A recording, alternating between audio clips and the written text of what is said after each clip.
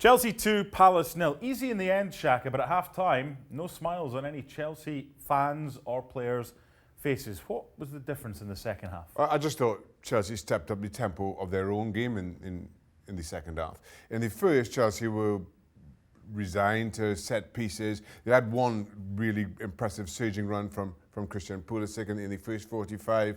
That brought a good save out to the Palace goalkeeper, but not an awful lot to write home about. I thought this was Palace, though playing negatively, yeah, they were, maybe stifling Chelsea in their own approach. And quite clearly, whatever Frank Lampard had to say at half-time did the trick, because second half, Chelsea came out. I thought the tempo was a whole lot higher from the first whistle of the second half, and resulted in that early goal, which opened the game up and allowed Chelsea to then be back to their best. Yeah, and a clean sheet, which was important. Now, a month ago, you and I stood here and we were speaking about this kid here, Christian Pulisic. You said to me, he needs to be patient. Yeah. He's been patient and he's been rewarded. Look at his stats.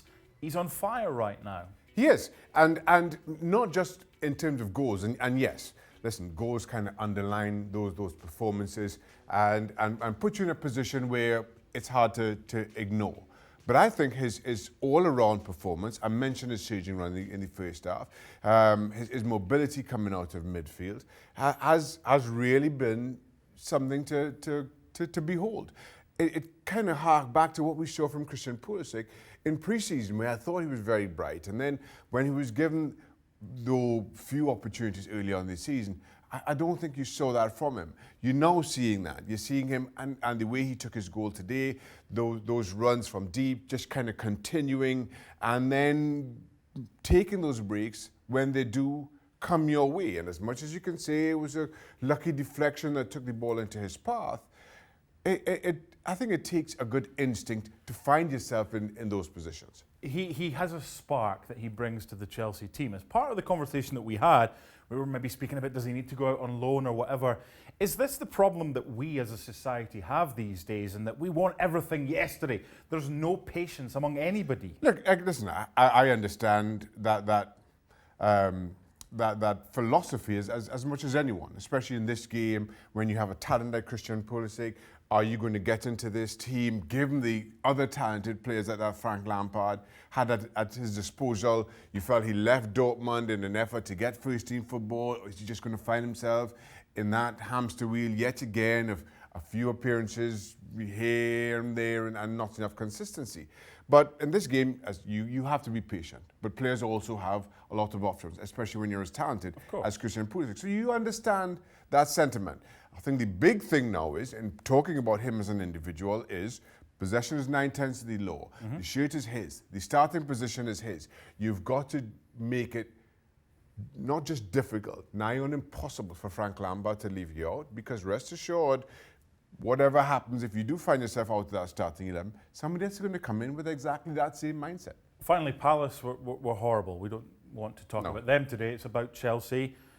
Are they the best of the rest? Will they finish top four? Can they finish third behind Liverpool and City in whichever order? Yeah, we were having the discussion off here. I think the best two teams in the league are Liverpool and Manchester City.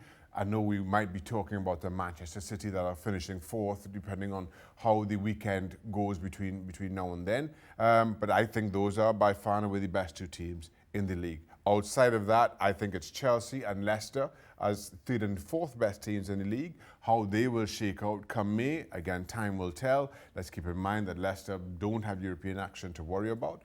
And after that, I'm not sure who challenges. When you look at the inconsistencies of Arsenal, Spurs are a shadow of their former selves.